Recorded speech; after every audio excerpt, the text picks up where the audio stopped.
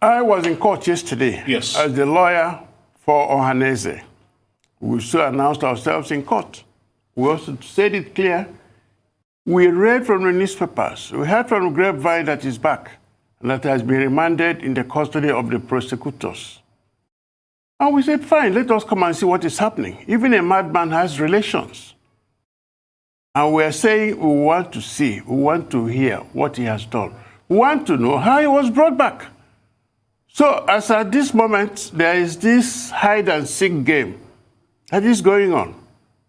The court said, bring him to court yesterday. And when the DSS said, well, it's a question of logistics, and I retorted, that means you don't have a vehicle to carry him. If you need a vehicle, let us know. So as I'm speaking with you, nobody knows his condition. Nobody knows where he is. And nobody can say with certainty that he's alive. As we say in the streets, seeing is believing. In what condition is he? Was he tortured? Was he beaten up? In court, you have the freedom to speak. His lawyer is supposed to have access to him. But you had him, no access. For 10 days, he has been waiting. Usually, before a court hearing, a lawyer automatically sees his clients in the chambers, in prison, wherever the day before, so that they work out what will happen the next day. And I remember we were asking the court, please, send him to prison, let him stay there, instead of the custody of those who are prosecuting him. To break it down, DSS, whether they abducted him, kidnapped him, in whatever form, DSS in custody, DSS is prosecuting. And yesterday, the same DSS was screening those who entered the chambers. And if you remember, DSS means Department of State Security, Office of the President. The judiciary is supposed to be independent.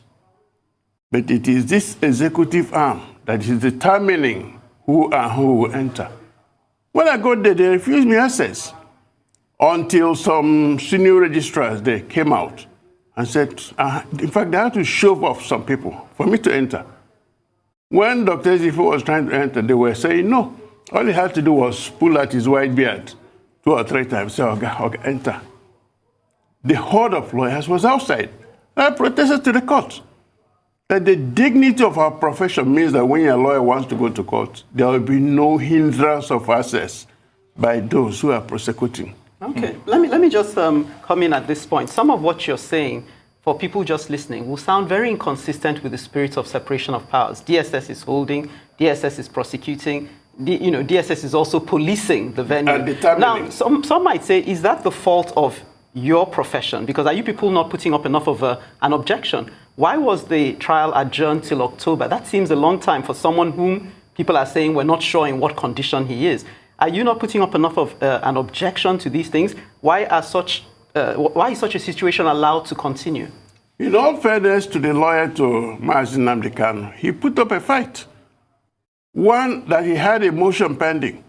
And 2, that Nnamdi Kanu should stay in the correctional service, which is called the prison. And the judge said, well, I am not a vacation judge, so I cannot hear anything. Secondly, since they did not produce Nnamdi Kanu, it means that nothing can be done. You cannot conduct a criminal trial in the absence of the accused person. And the prosecutor, who is actually the director, federal prosecutions, I think Malam Abubakar or something like that, he said he had his 2 witnesses in court. He failed to bring in Nnamdi Kanu to court, but he also brought the witnesses. So again, let me just ask, because to people listening, this sounds absurd. The reason given and they're not producing the witness or the accused, is there no penalty for this kind of conduct? Well, in a civilized country, which I believe Nigeria is, there should be consequence for that. But the judge said, well, since this court is not a vacation court and there is no fear from the chief judge that there was nothing she could do. But she gave a strict warning that next time, Nnamdi Kanu should be brought there, and secondly, that his lawyers must be given access. All right, sir. Yes. Let me quote a Latin maxim, Ode autorem patem. You know what this means. I know where I'm going to this. Are you afraid that Nnamdi Kanu might not get fair trial? Definitely we are afraid. And I'm not so sure the government of Nigeria understands the importance of what is going on. This is an international trial. The eyes of the world are on them. Even as we were in court, text messages were going out. Nnamdi Kanu is not in court. Judge is yet to come. This is what the judge said. And that message is going around. Let me put it bluntly. The judiciary of Nigeria is on trial. Nnamdi Kanu's trial will actually correct the embarrassment of 2018 when the sitting Chief Justice was pushed out of office for no reason at all. And up till the Court of Appeal is yet to hear appeal on that, or even set it down.